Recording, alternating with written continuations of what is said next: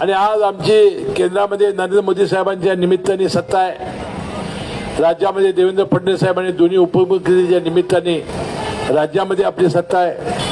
आणि या जिल्ह्यामध्ये आमचे 10 आमदार युतीचे आहेत. म्हणजे निधी आणण्यामध्ये आमच्या सगळीकडे सत्ता असल्यामुळं आम्ही सक्षम आहोत. विरोधी पक्षाची ना केंद्रामध्ये सत्ता आहे ना राज्यामध्ये सत्ता आहे. म्हणून मी अनेक सभेमध्ये आमचे मित्र बंटी पाटलांना विनंती केली, तुम्ही कशासाठी निवडणूक लढवायला याचं मला अजून कारणच मिळालेलं नाही.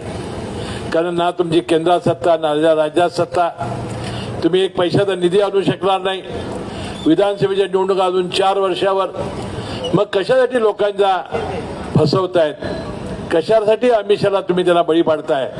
म्हणून त्यांना माझी विनंती आहे, त्यांनी सगळे काँग्रेसचे उमेदवार परत घ्यावेत, आम्हाला पाठिंबा द्यावा आणि आम्ही जनतेला गॅरंटी लिहून देऊ की 5 वर्षात या शहराचा विकास आम्ही कसा करणार आहोत.